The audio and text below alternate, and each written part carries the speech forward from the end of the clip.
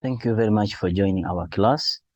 Today we are going to be looking at National Senior Certificate Examination, Life Science Paper 2, 2022.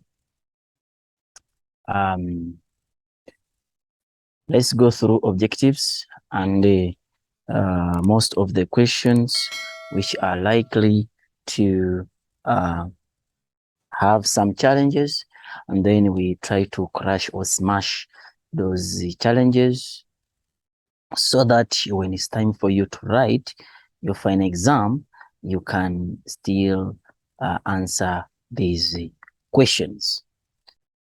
Let's go straight to the objectives without wasting time. Which one of the following statement is correct for oogenesis? So when you talk about oogenesis means, oogenesis means the beginning of the ovum, or the process by which ovum is being formed, or formation of the ovum in humans, or formation of the ovum. So oogenesis comes from the word oo, which means ovum, then genesis means beginning, to begin something. So it is oogenesis. So which one of the following is correct? So one diploid cell mature is one diploid.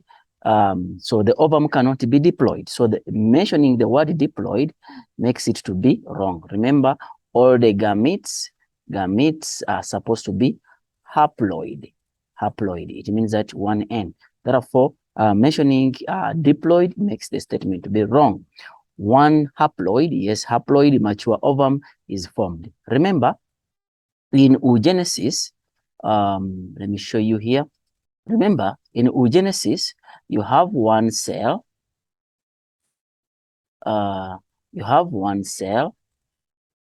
cell divide to form two cells. Then the two cells, they divide to form 4 cells. This is the normal process of meiosis. But when it comes to oogenesis, or formation of the ovum, what happens? One cell will divide to form 2 cells, but this cell will degenerate. It's going to become too small. So it means that's why you call it a polar body. And then these two, also you form 2 here, yes, but one will not develop. So it means that it is going to become a polar body. So it means that when this one also undergo meiosis, they're going to form small cells. So these ones are just minor cells. Only one of it will develop into an ovum. That's why, and this, because it is a gamete, it's going to be haploid. That's why we say that you form a haploid, one cell, only one cell will develop, and this cell must be haploid. That is the meaning. So when we go back here, we shall see that one haploid cell, yes, one haploid mature ovum is formed, which is correct. Then they are saying that the structure in which the eye, the structure in the eye that contain high concentration of blood vessels and provide oxygen and nutrients to the retina. How do we call that structure? So if you look at the eye, the structure of the eye, yes, the dark part of the eye. Let's go to our book and see exactly what I'm trying to show you or trying to mean.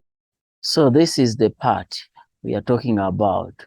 This part which you see, which we call the choroid. That's the part which you're talking about. It has a lot of functions. Among the function is to have blood vessels which provide oxygen and nutrients to the retina, so that now the retina can function properly. So the answer becomes B. That part is called choroid. Then we go to another question, which is the vagina. Transports urine to the outside. Vagina, does it transport urine to the outside?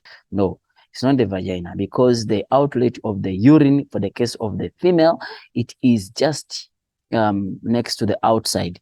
It's just the outside part of the vagina. And then they're saying that it is a place where fetus develop. It can't be, otherwise you'd have seen the baby developing outside. Produce progesterone. No, vagina does not have glands which produce hormones, act as a birth canal. We usually know that the second name for the vagina is called the birth canal. Therefore, that marks it to be the correct answer. Then question 1.4, they are saying that the list below gives the characteristic of some young birds immediately after hatching. If you look at after hatching, eyes are open. Okay. They're saying can move around, cannot feed themselves, cannot feed themselves, no feathers. Which one of the following combination represents the characteristic of precursor? So when you talk about precursor, we are talking about when the bird is born, when it is prepared. It means that it can walk, it can fend itself, it can have all the features which can make this bird to live in environment. So you will see that because it's born prepared, the eyes must be able to see. So this point is correct. And then number 2, can move around. Even this one is correct. These two are correct. And then cannot feed them. This one is wrong. This one is also wrong. So if where I have 1 and 2, then it means that that is the correct answer. Whereby I have 1 and 2, which is C. So the correct answer is C. Then they are saying that cornea, 1.5, the cornea and the lens are both. If you look at the cornea is the outside part of the eye. If you go to our book, you see that this is what you call the cornea. You see it, the outside part of the eye, and its function is to refract light rays from the object.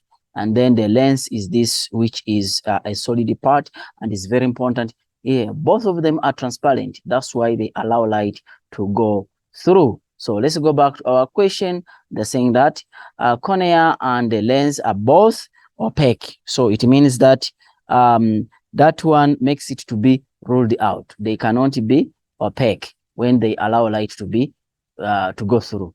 Both are transparent, definitely. They are both transparent, both are elastic, and both are inelastic. The lens is elastic, but the cornea is not elastic. Therefore, it means that this one marks to be wrong, and then this one marks to be wrong. So now it becomes transparent to be the correct answer. So we give you 2 ticks there. Then they're saying that which one of the following is true for a person who has an underreactive thyroid gland. It means that the thyroid gland is not active. The thyroid gland is not active, meaning that the thyroid level will be, if the thyroid gland is not active, it means that TSH, which is being produced from the brain, yes, what will happen to it? It means that if it's inactive, it means that the TSH, the thyroxine will not be produced, because if it is inactive, then it means that the thyroid gland cannot produce thyroxine. So you have to know the function of the thyroid gland, that if the function of thyroid gland is to produce thyroxine. Yes, to produce thyroxine. So if it produces thyroxine, it means that now it is inactive. It means that no thyroxine anymore. So therefore, it means that now the thyroid is stimulating. This hormone which stimulates the thyroid gland will not be produced.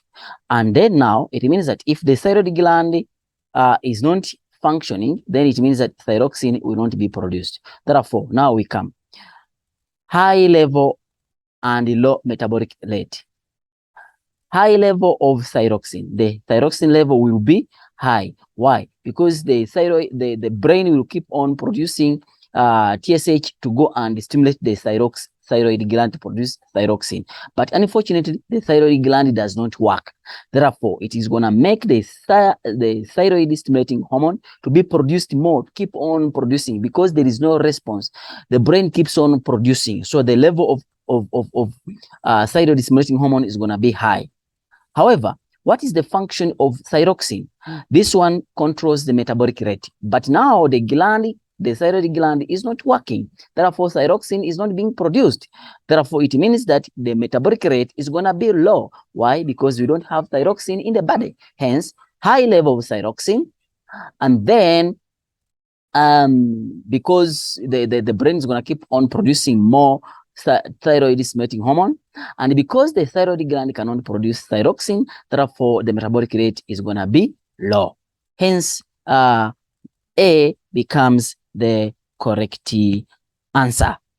And then number 7, 1.1.7 is going to be, they're saying that the diagram below represents the visual defect.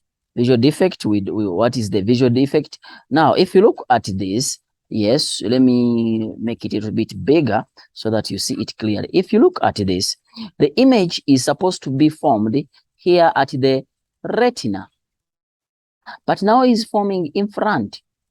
So if it forms in front, yes, what does it mean? It means that this lens is too thick for the light coming from a far object to reach here, because it comes with a small beam. Therefore, it means that instead of reaching the retina, because the lens is too thick, is too convex, then the image is going to form in front of the retina. Therefore, this individual will be able to see objects which are near, yes, near, but objects which are far cannot be seen. Therefore, because you see objects which are near, we say that this person is having what you call short sight. Remember, if it is more than 6 meters, it becomes far. Less than 6 meters, it becomes near. Now, let's go to the question, because you have seen the defect. Which of the following is correct statement of the visual defect shown above? So if you look at it, they're saying that the glasses with the biconvex lenses, glasses with biconcave lenses, surgery to replace the cornea, and then surgery. What caused this? What caused this is not the cornea. What caused this is this lens. It cannot change from a more convex to a less convex.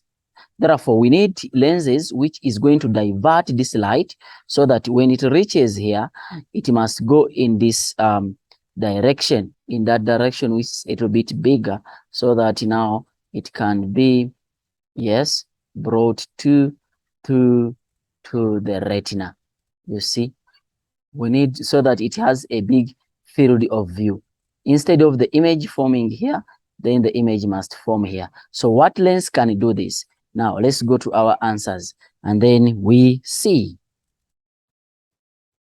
biconcave lenses, biconvex lens. Now, let's look at what is a concave and what is a convex. Convex looks like this. So when the light comes, it converges it. And then concave, it looks like this. It's a diverging lens. So when light falls on it, it makes it a little bit bigger when it comes out. What do we want? Let's go back and we see. So it means that we want this light. Remember, the original light is here. So we want this light to be a little bit bigger. So it means that we're going to put a lens here, so that when the light comes like this, instead of taking this route, it's going to take this route. So it is a little bit diverged. And this lens is called a concave.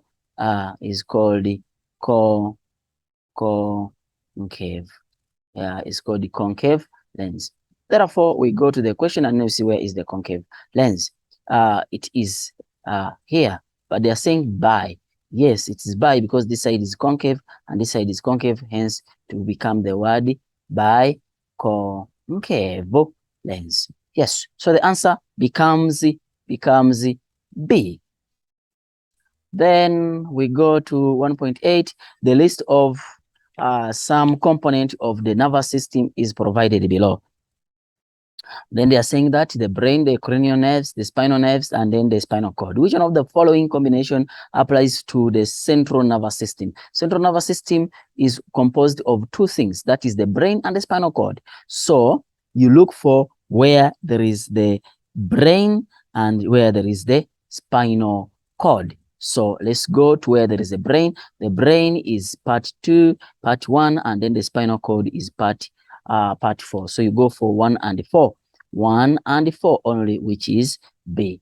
And then we go to what about these other ones? These other ones, they belong to what you call the peripheral nervous system, the nervous system of the sides.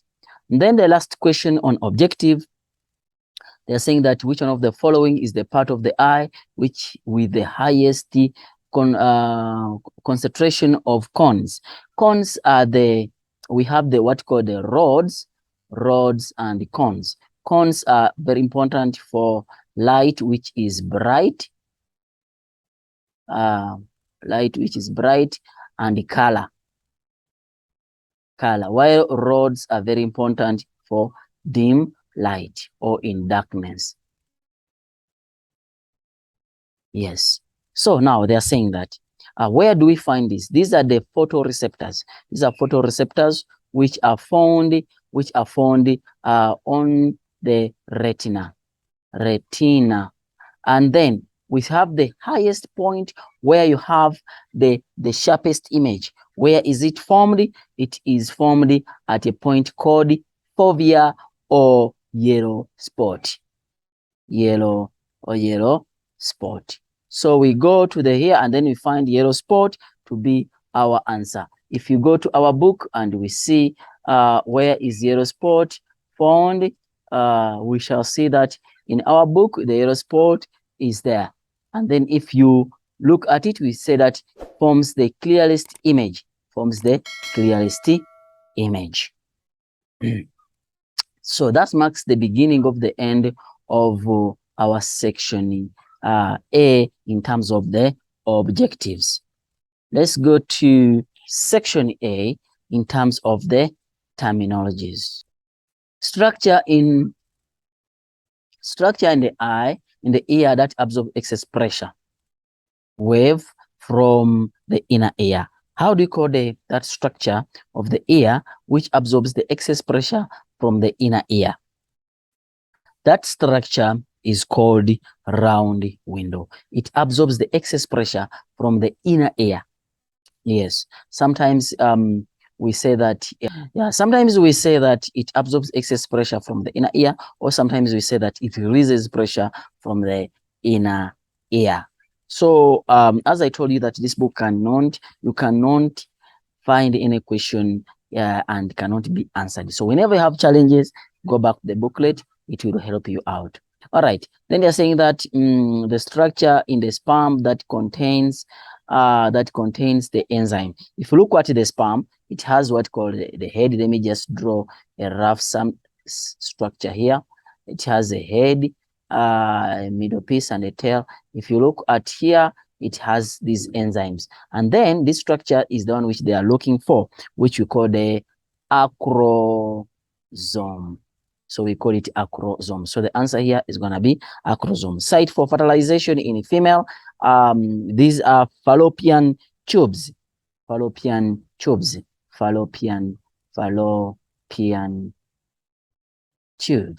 Yeah, there was tubes. Then they're saying 1.2.4. They are saying that visual defect caused by uneven curvature of the cornea. This uneven curvature of the cornea, if it is not the lens, then it is astigmatism.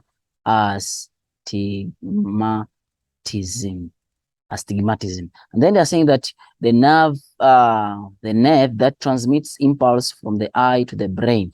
Where the moment you talk about the eye, anything related to the eye, it is optics. So it becomes the optic nerve. Optic nerve. The disease characterized by degeneration of the brain.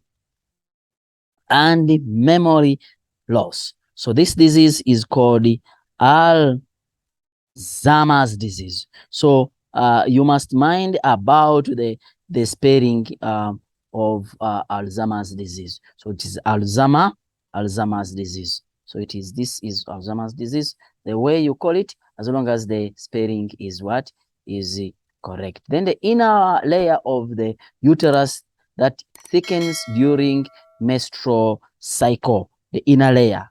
Remember, if you look at the uterus, yes, you find out that it looks like this. It's a simple structure. Yes, if that's the vagina, and then you have something like this, you have something like this, and then something like that, and then you have something like this, you have something like this, then you have this wall. So they're looking for these walls, So how do you call this? We call it endometrium. We call it endometrium. The ball, a hollow ball of a cell forms during embryonic development. How do you call that? We call it blastocyst or blastula. Make sure that you know blastula. Yes, we call it blastula or blastocyst. Sometimes people don't know, don't give two answers, just pick one. Yeah, blastocyst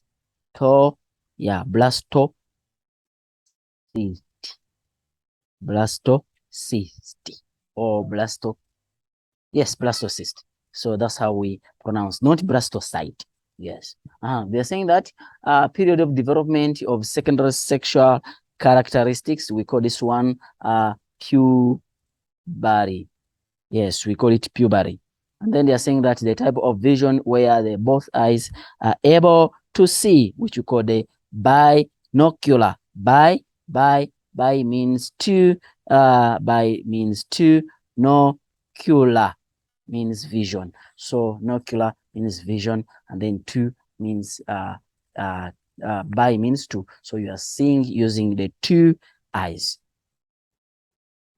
Then lastly, on this subsection, it is the plant hormone that stimulates the germination of seeds. Whenever you talk about germination of seeds, we are talking about the gibberellins. Why? Remember, germination occurs in summer. Yes, it occurs in what? In summer. And then this one occurs in winter. So it means that abscisic acid works in winter, gibberellin works in summer. So whenever you talk about summer things, that's where germination occurs. That's where the plants are developing again. So that is gibberellin. So the answer becomes A only. Don't forget that I said it must be O, A only. Only, the word only must be there. 1.3.2, they are saying that the part of the brain that connects the left and the right hemisphere, right hemisphere, corpus luteum. This is not in the brain. Don't think even about it. Yes, this is not in the brain. This is in the reproductive system. So the answer becomes corpus callosum. And then 1.3.3, the liquid found in the front of the eye, front of the lens in the eye. How do you call that fluid? So the behind part, we call it vitreous humor, while the in front part, we call it the aqueous humor. So the answer is going to be B only, and then also here is going to be B only. So those are the answers, so that now you can get those 6 marks. You guys, check these sections. They're simple, well clear, stated, and then you can answer them and you get the marks very well without any stress. Okay, they are saying that the diagram below shows the eye under different conditions. Okay. All right. What makes them to be different? What makes them to be different? Okay. What makes them to be different is the lens. You see the lens here? Yes. And also the lens. However, this, and this, these are two different conditions. No, yeah, it's the same condition. This and this are also the same conditions. However, this is too thick. It's like showing a near object, meaning that it's more convex. Less convex is showing for the far object. Yes, these two. While this space shows that more light is entering. So it could be for dim light, while this one shows that less light is entering, which could show that is for dim light. It means that this person is dim light near object. Dim light, no. Bright light near object, bright light near object, and then dim light, far object, dim light, far object. So don't forget that if you are talking about accommodation, you talk about the sacral muscle, the ciliary muscles, suspensory ligament, and the lens. And when you're talking about the pyrale mechanism, talk about the sacral muscle, radial muscles, and then the iris. All right, now let's start to answer the question. Name the process that occurs. When the curvature of the lens changes to focus a near or a distant object. Definitely, how do you call that? We call that accommodation. We call that what? Accommodation. So it means that the answer here is going to be accommodation. It's going to be accommodation. And then they're saying that the pupil size to regulate the amount of light. If they are talking about the pupil size, then it's going to be pupillary mechanism. Pupillary mechanism. Then they are saying that give the letter of two diagram A, B, C, or D. A, B, C, or D. That represents what? It represents in dim light. Dim light is gonna be B and D. Why B and D? Is because if you look at this space and this space, they are big, while this space and this space, they are small. So here, more light enters, more light enters here. So it means that this is dim light, this is dim light, also this is dim light. I explain. Dim light, but near object, dim light near object, dim light far object, because the lens is less convex. Okay, they're saying that give the letter of 2, so the answer is gonna be B and B. Yes, or B and D, the same thing. Then they are saying that focusing a distant object, because we are looking at the lens, the shape of the lens, so it's going to be A and B. So the answer is going to be A and B. And then they are saying that give the letter of the 2 diagram, yes, that represents the eye, whose ciliary muscles,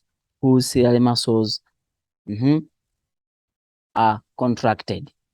A and D, A, B, C, D. Ciliary muscles have contracted. So if the ciliary muscles have contracted, ciliary muscles, so the answer is going to be, when the ciliary muscles contract, what happens? When the ciliary muscles contract, yes, what happens? The suspensory ligament becomes slackened. So meaning that it becomes relaxed a bit. And then now the tension on the lens will decrease. When the tension on the lens decreases, the lens will become more convex. So now we come back here and then we see which one has the lens which is less, is more convex. Then we shall see that it's going to be C and D. So the answer is going to be C and D. The answer is going to be C and D. The answer is going to be C and D. And then radial muscles relax. Radial muscles relax. When the radial muscles relax, remember that test R with R, C with C. Radial muscles relax. Radial muscles relax. Circular muscles contract. And then since we have not mixed them up, therefore it becomes bright light. So it becomes bright light. If it becomes bright light, so what does it mean? Now it means that the diameter of the pupil becomes smaller. So I will go back and look for the diameter of the pupil when it is small. So I'll see that the diameter of pupil is small here, and the diameter of the pupil is also small here. So I'm going to say the answer is A and C. The answer is going to be A and C. Yeah, that's how you can answer such question if you know exactly. These questions cannot make you go down. Yeah, why? Because you don't need to cram. I told you in life science, we don't cram, we understand the concept. Let's look at reflex arc and the neuron or the nerve. The diagram represents part of reflex arc, and diagram 2 represents the neuron. They're saying that you must know how to label all this. Ne? Yeah, you must know how to label all this. This one comes from where? This one goes from where? Yes, because you have here a ganglion, therefore it becomes sensory neuron, becomes connector neuron, it becomes motor neuron, and then this space becomes the synapse. All right, and then this one, it becomes the myelin sheath, and then this one becomes, because this is the direction of the neuron, then this one becomes direction of the impulse there, and it's the cell body. So the part which takes the impulse away from the cell body, it is the axon. So this side becomes the dendrite. All right, now let's start answering. Layer E. Layer E, we have seen it is myelin sheath. Structure F, it is axon because it is after the cell body. Which neuron A, B, C represents the type of neuron shown in diagram 2? Because it is the cell body is along the neuron, therefore it's going to become the sensory neuron. So it's going to become the sensory neuron. They're saying which neuron A, B, C is sensory neuron. So the sensory neuron is this part, which is A. So which is A. They're saying that if damaged, when a person can feel the stimulus but cannot respond, it means that the sensory neuron is working. That's why you can able to feel, but the motor neuron cannot work. That's why you can't respond. For example, when you're going to remove a tooth, the doctor injects you, and then you don't feel pain, but if the doctor asks you to open the mouth, you're able to open the mouth. It means that you don't feel the pain, but you can respond with those muscles. So the answer is going to be C, which is the motor neuron. And then lastly, give the letter and the name of the part that ensures one direction flow of impulse. One direction flow of impulse is being done by the synapse. So the major function of the synapse is not to collect the two neurons. The major function is to allow the impulse to move in one direction. And then we go to section B. Section B, we're gonna just hit up some few questions, and then we continue with those questions which are likely to be in your paper. All right.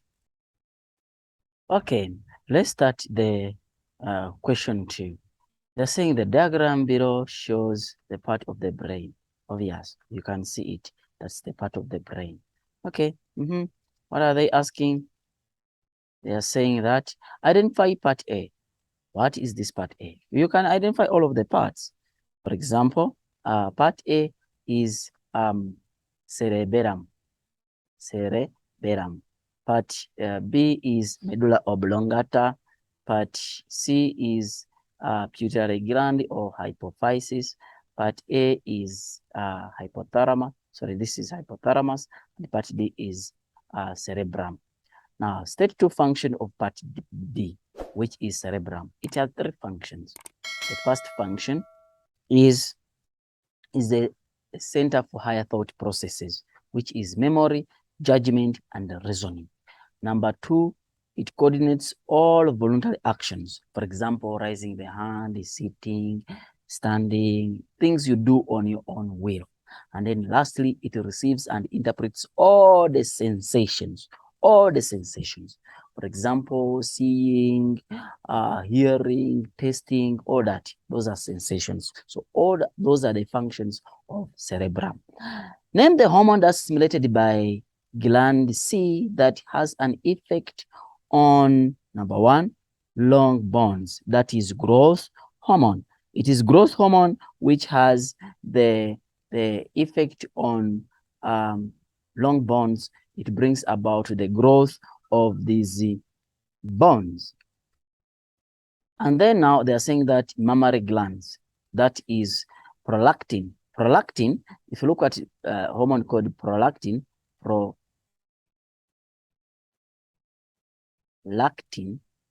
you know the word lactogen from ShopRite. That's milk. So lactin is milk. So lactose is milk sugar. So anything related to it means that is milk. You must think about milk. So the answer is prolactin. And then they're saying that state 1 way in which the brain is protected. It's protected in 3 ways. By the 3 layers, which we call the meninges, the cerebrospinal fluid, and then also by the cranium, the cranium. So it is this cranium, not the whole skull, the cranium, because the skull, when you talk about the skull, it includes also the jaws. So you better use the word cranium. Remember, when you're talking about the brain size, how is the brain size? And the cranium, we said that don't talk about skull, talk about cranium. Then they're saying that describe the role of hypothalamus in regulating. How is hypothalamus able to regulate thermoregulation? Remember that how does it control thermoregulation? What is thermoregulation before you know the function of hypothalamus in this regard? Thermoregulation is when the temperature is being kept constant under a narrow range.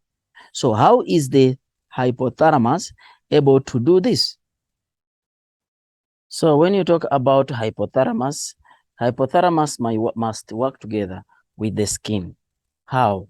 Now, this hypothalamus, it will receive and interpret. It will receive, and once it receives, it will interpret the impulse being received.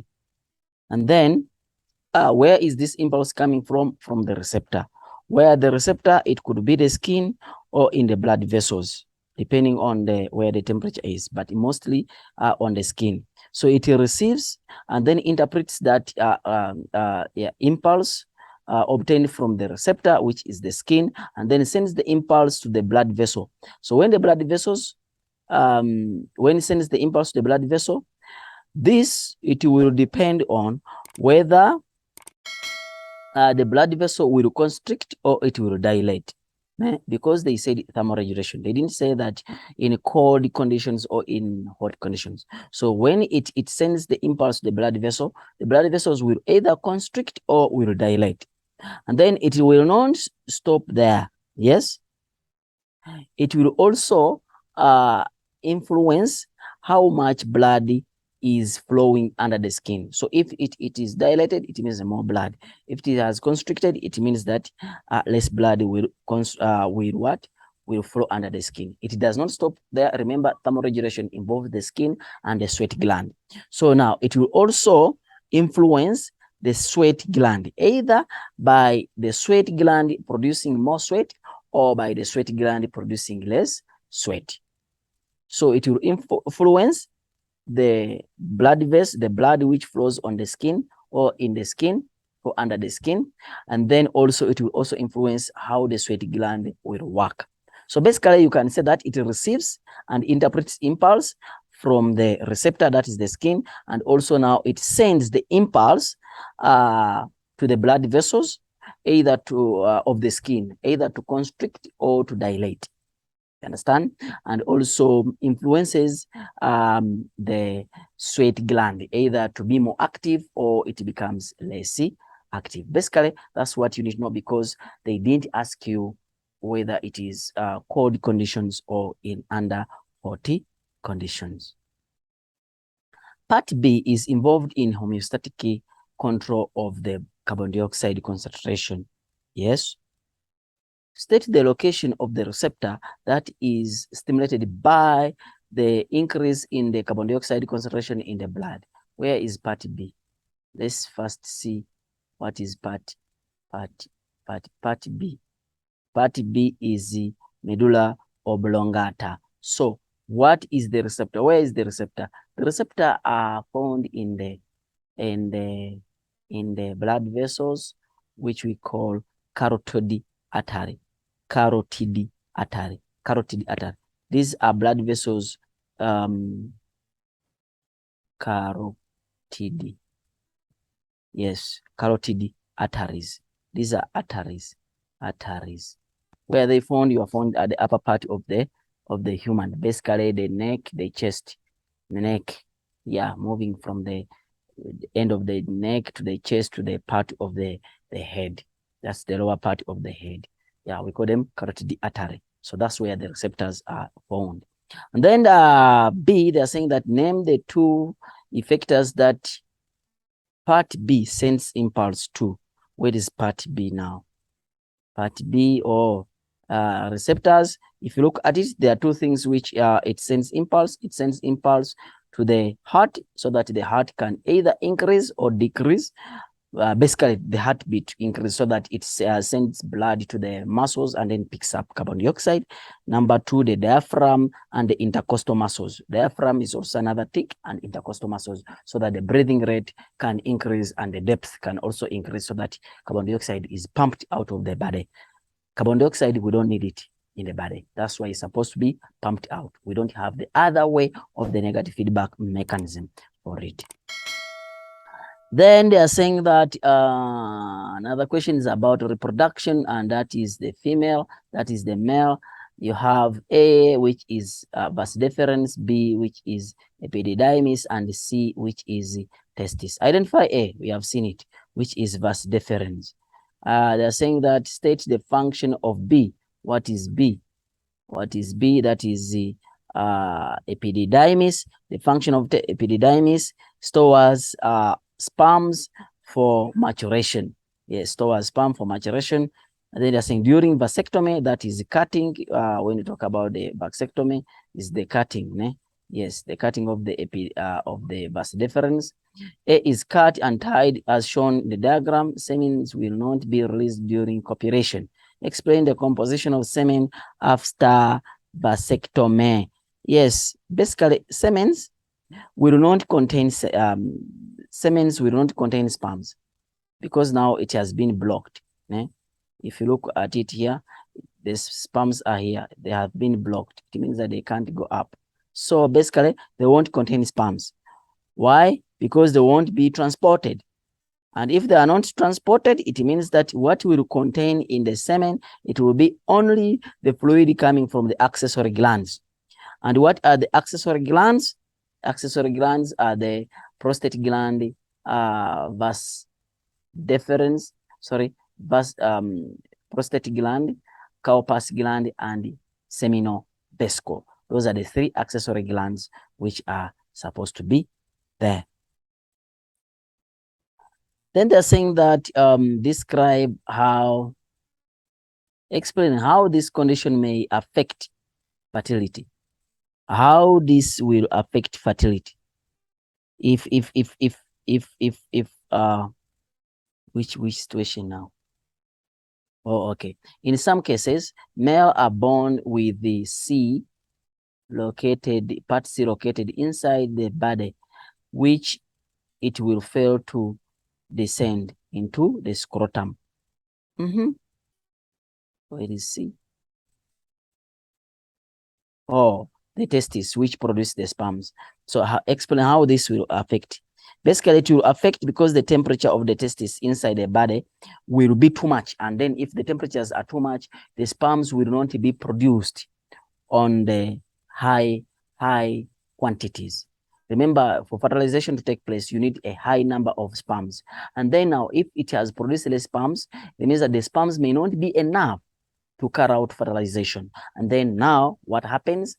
Definitely, it means that fertilization, you have problems with the fertilizing. Like you see people having, for example, two couple. So they are looking for a baby for a long period of time, but the problem could be, if not the side of the lady, side of the man, one of the problem could be that the men produce less sperms, so that they can travel. Remember to swim from the vagina to the fallopian tube where fertilization takes place. It's like swimming across Indian Ocean. You have to be with a lot. Imagine the people in this country, South Africa, for example, and then you put all of them to swim across Indian Ocean. Very few will survive to the end. And there will be so many obstacles during that course. You understand? So very few will swim across the Indian Ocean. So it means that you have to be with a large number of sperms so that at least some can swim to the end, and then they carry out fertilization. So if you have less number of sperms because the testes are up and they can't provide favorable temperature for the sperm production, that's why they're hanging, so that they can provide favorable temperature for sperm production. Then it means that the sperms will be few in numbers. And then if they're few in numbers, they are most likely not to reach the fallopian tube to carry out fertilization. If they don't reach there, it means that the consequence will be less ability or less probability of the egg to be fertilized.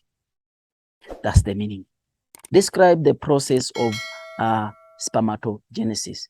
Spermatogenesis, we have to explain the way how we are supposed to explain in the modern way of our examination guideline. So it's not like the way we are explaining them in the previous books. So in our book, you can see exactly how you're supposed to explain it, but this is how you're supposed to explain it. When you talk about the process of spermatogenesis and oogenesis, is almost the same. So you can say that under the influence of the testosterone, the diploid cell, which is 2N, the diploid cell, which is 2N, yes, will undergo what we call meiosis. And this diploid cell is found in the seminiferous tube. So it will undergo meiosis to form the haploid sperm cells. Basically, you have one cell divided into 2, then divided into 4. These are the one which form, so under the influence of testosterone, we give you a tick, you mentioning the word testosterone. The diploid cell, this diploid cell, which is 2N, will undergo mitosis. When it undergoes mitosis, it forms, which is found in the seminiferous tube, and then it forms, you saying the word meiosis, it will undergo meiosis. It will also a tick. So testosterone is a tick, meiosis is a tick, and then where is it located? In the seminiferous tube is another tick. So those are 3 ticks. And then to form the haploid, the word haploid, 1N, yeah, haploid sperm cells is also a tick. Basically, that's what we want, nothing else. Don't put too many words. We don't want them. That's what we want. When you're marking, that's what we are looking for. Go to our book, download it, and then try to use it, and then you see if you want to get a distinction. All right. They're saying that describe how the development of the embryo is protected and nourished in the oviviparous organisms. How is the development of the embryo nourished and protected?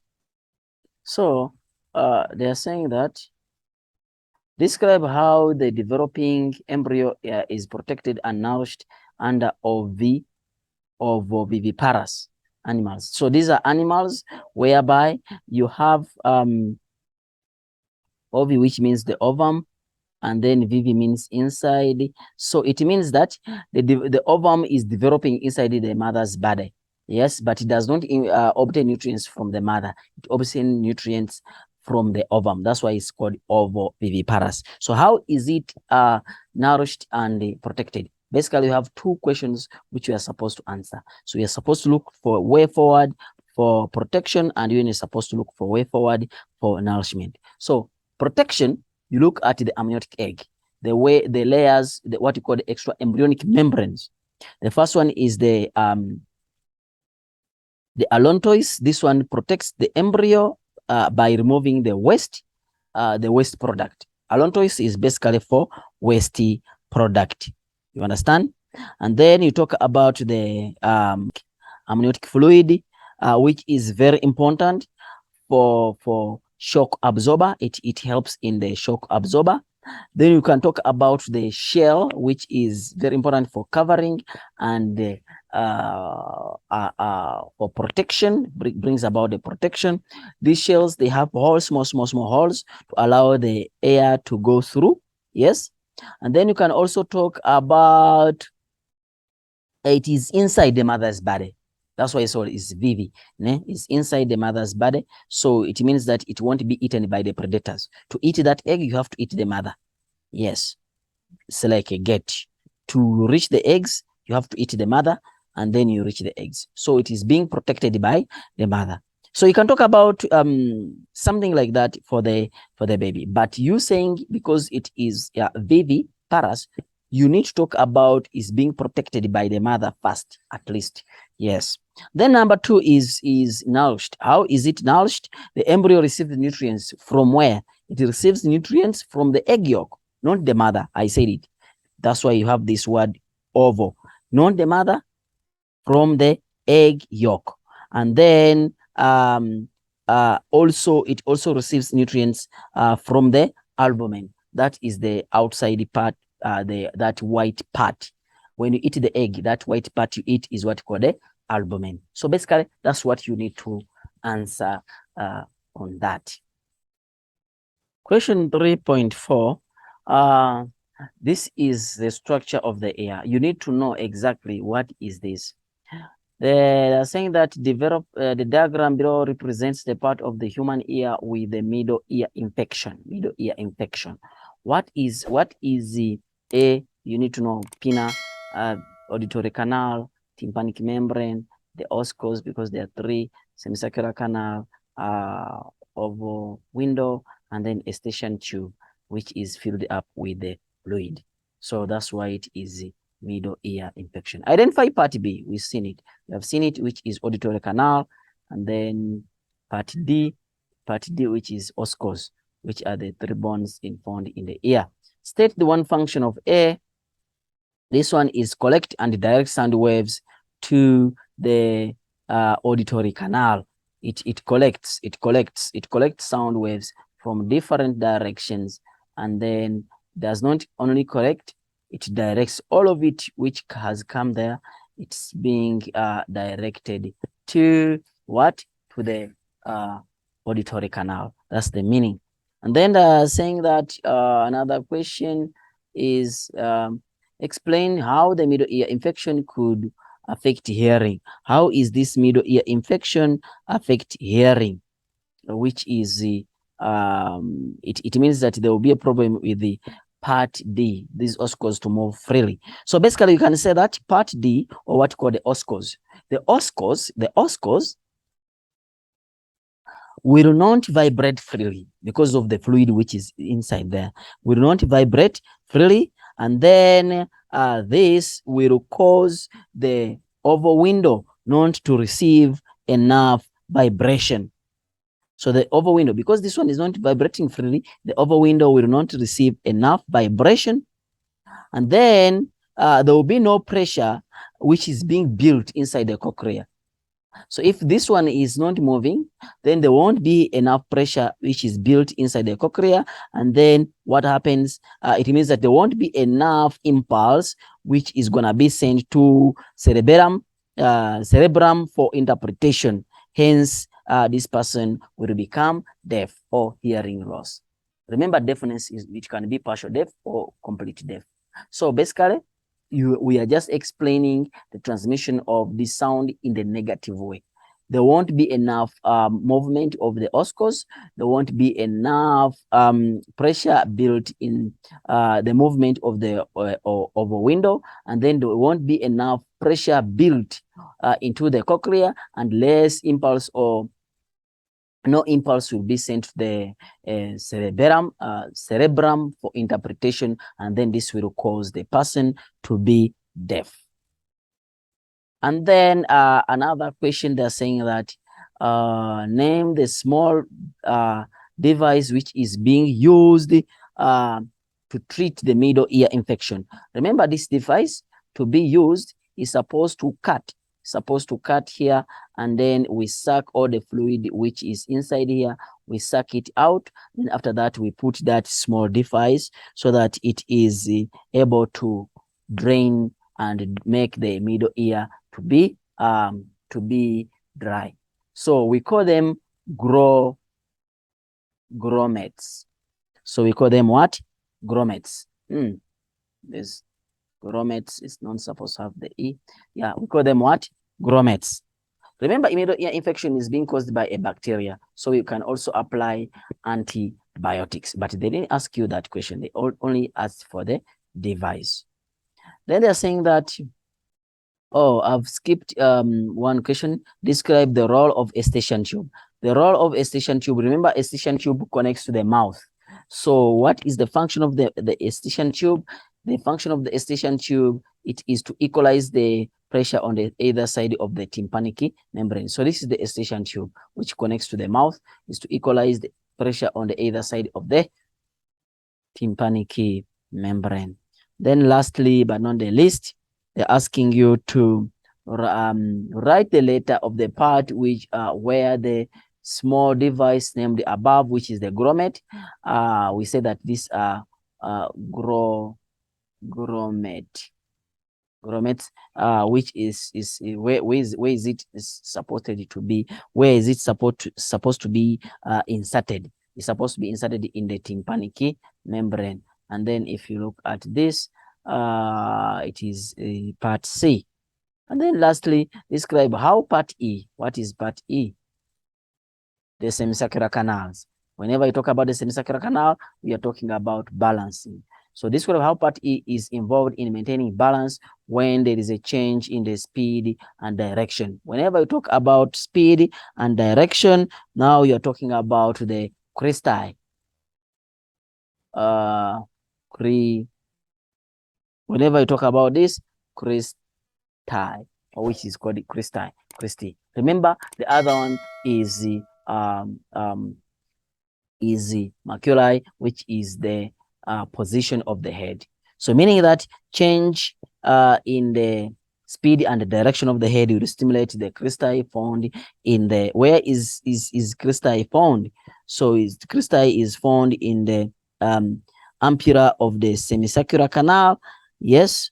And then the impulse which is being received is converted, the stimulus which is being received is converted into enough impulse which moves along the auditory nerve to cerebellum for interpretation to restore balance. Or you can say that cristae are stimulated and then converts the stimuli into enough impulse which is sent to cerebellum,